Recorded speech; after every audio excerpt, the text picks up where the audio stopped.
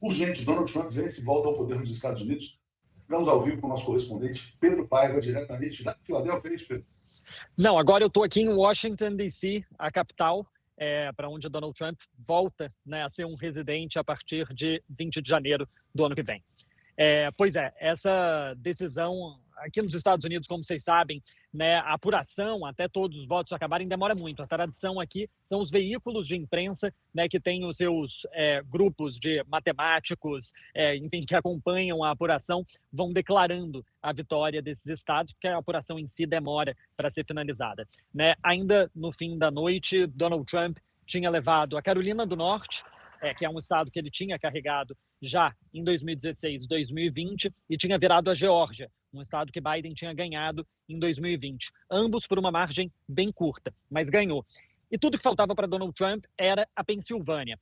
Agora, no meio da madrugada, o The Hill, que é um site de política muito conceituado aqui nos Estados Unidos, compartilhando a decisão do Decision Desk, que afirmou que não tem mais como Kamala Harris vencer na Pensilvânia, declarou a vitória de Donald Trump como próximo presidente dos Estados Unidos. A Fox News também já declarou que Donald Trump venceu na Pensilvânia e não declarou ainda que ele foi eleito presidente, porque ainda não declarou quem saiu vitorioso no Alasca. Mas a gente sabe que no Alasca não tem disputa nenhuma, Donald Trump vai vencer lá, e com a Pensilvânia ele tem exatamente 270 delegados, que é o número mínimo para ser eleito presidente. Sendo que Donald Trump também está na frente em Michigan, está na frente em Wisconsin, está sendo visto como favorito em Arizona e, por enquanto, está na frente também em Nevada. Então, a gente pode terminar essa eleição com Donald Trump vencendo não só em um, como em todos os estados pêndulo.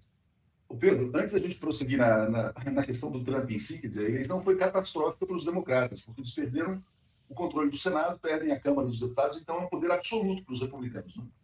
Um poder absoluto para os republicanos em um momento em que Donald Trump volta ao poder prometendo vingança. Né? Essa vem sendo a tônica da campanha do Trump desde que ele anunciou que concorreria à reeleição. Então, agora ele vai ter poder irrestrito, né, praticamente. E a gente está falando aí de uma maioria no Senado que até agora, por enquanto, está 51 senadores para o Partido Republicano, né, um total de 100. Mas ainda tem outras corridas que estão ainda em disputa, e essa quantidade, essa maioria do Partido Republicano pode ser maior ainda. Joe Biden também, quando venceu a presidência, ganhou a maioria da Câmara e do Senado. Mas tinha uma diferença, a maioria do Senado do Biden era 50-50 com o voto de Minerva de Kamala Harris, vice-presidente aqui nos Estados Unidos, acumulou a função de presidente do Senado. Porém, existiam 2 senadores do Partido Democrata que eram tidos quase como republicanos democratas, né, que fechavam com os republicanos em quase tudo. Se Donald Trump, dentro do Partido Republicano também, existem ali 2 senadoras, uma de Maine e outra do Alasca, que às vezes fecham mais com os democratas. Mas se Donald Trump, se o Partido Republicano consegue ganhar mais algumas dessas disputas que ainda estão em aberto, é muito provável, por exemplo, que os republicanos vençam em Montana, aí pode ser que Donald Trump, mesmo com essas senadoras do partido que tendem a ficar mais com os democratas, pode ser que mesmo assim ele ainda consiga uma maioria total nas votações que ele quiser. Então é um Donald Trump que volta ao poder com mais poder do que ele nunca teve.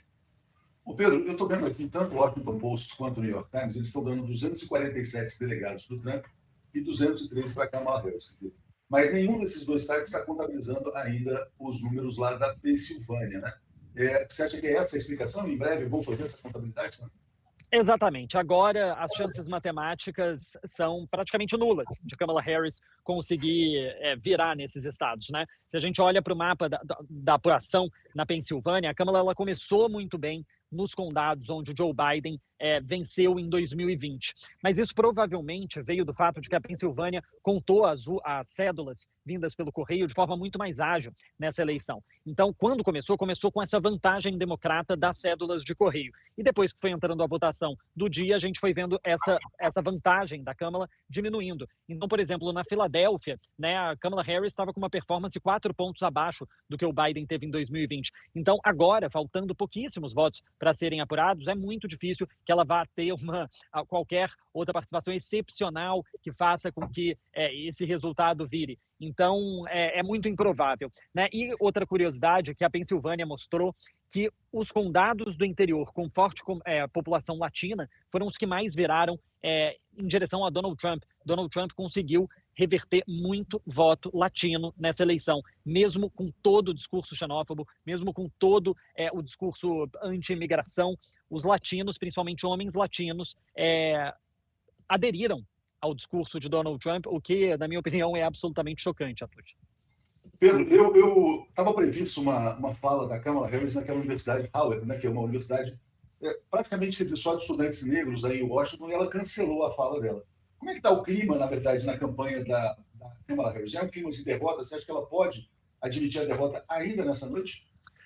Não sei se vai admitir ainda essa noite, eu imagino que deva admitir amanhã de manhã, tal qual fez Hillary Clinton em 2016. E eu estava na Casa Branca, né, acompanhando a apuração durante a noite, e aí eu resolvi, antes de ir para o hotel, passar lá em frente dessa festa de apuração da Kamala Harris, né? Mesmo depois que já tinham anunciado que Kamala não falaria na noite de hoje, porque eu queria ver como que estava o clima. E o clima, Tuxa, era exatamente a festa que virou um enterro, né? Então, as ruas em volta eram vários apoiadores da Kamala Harris, todos tristes, enfim, não tinha qualquer energia. Naquele momento, já estava bem nítido a Harris vencer essa eleição, estava ficando muito direito, né? A Kamala entrou com várias possibilidades de caminho de vitória, mas a gente viu esse caminho ficando cada vez mais estreito, tendo que passar por Michigan, onde no condado com a maior população árabe e muçulmana, a Kamala teve 8 pontos a menos do que o Biden teve em 2020, passando por Wisconsin, onde a gente também está vendo números difíceis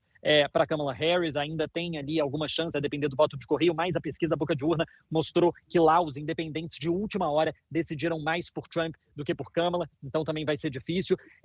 E, claro, esses números da Pensilvânia, todos indicando que ela tendo uma performance menor do que o Biden. Então, já era uma energia de derrota, e eu acredito também um grande trauma, né, Tuxa, porque as pessoas já passaram por isso em 2016, né? Eu acho que em 2016 ainda de uma forma ainda mais traumática, porque existia uma segurança muito grande de que Hillary seria eleita, mas nesse ano eu também sentia que existia uma confiança muito grande dos eleitores da Câmara, principalmente durante a última semana, né, que a gente viu uma mudança de momento mais focado na campanha da Câmara, né? Teve o comentário no comício de Donald Trump sobre a ilha de lixo no meio do oceano. Isso, né, parecia estar tendo um impacto muito grande na comunidade latina na Pensilvânia, mas como a gente viu, parece que esse eleitor ficou mais convencido pelo discurso da economia de Donald Trump do que no discurso em si xenófobo, enfim, preconceituoso, terrível,